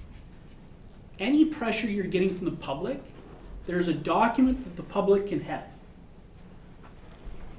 You don't have to answer them. All you have to do is ask the clerk. Here's what question I'm not being asked by the public. Can you provide me the form that the member of the public can fill out and provide to council? Or the integrity commissioner, or whoever the heck it is. There are forms that publics can fill out in order to do that. What people do, and the public does it very easily, is they call a counselor, because then they can hide their name behind a counselor. That's what you can do. You don't have to be the person's speaking post. You can provide them documentation and allow them to make the conversation in them on their own.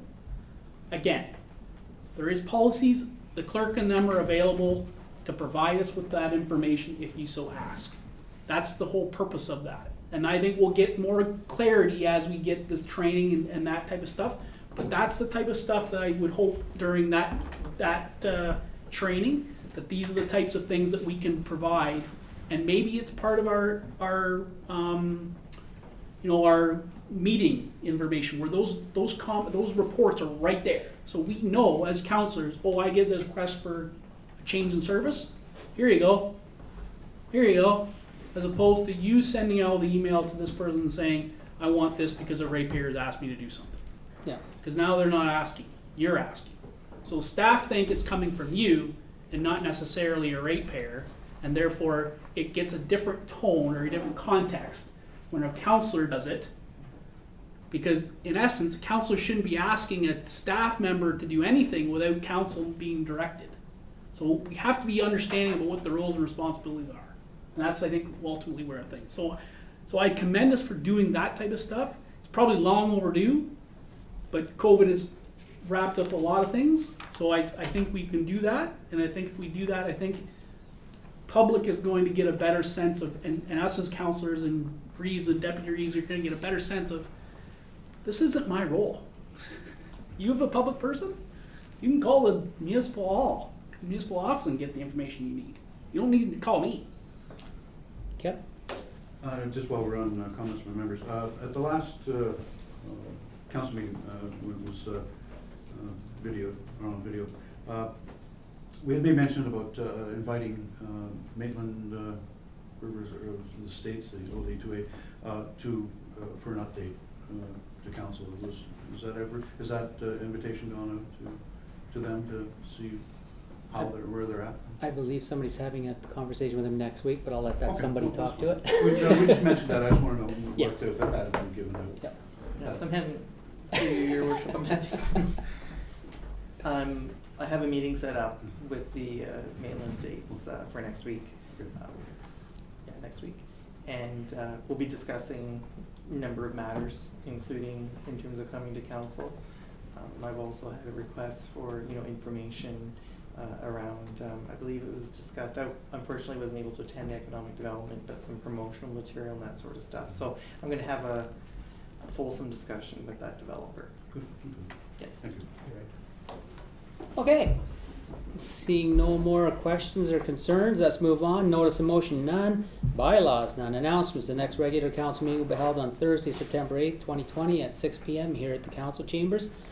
Other business, there's none. Closed session, there's none. Confirmation of the bylaw 48/2020 being a bylaw of the Township of North Huron to adopt, confirm, and ratify matters dealt with by the Council of Township of North Huron. And bylaw number 4, that's the same thing, isn't it? Okay. Do I have a mover? I have Kevin. Seconder is Chris. All in favor? Carries. And adjournment that the Council of Township of North Huron agrees being no other further business before council. The council meeting is adjourned here at 8:05 p.m. Do I have a mover? I have Paul. I have Trevor. All in favor? Good night, everyone. You sat through the whole thing. Thank you.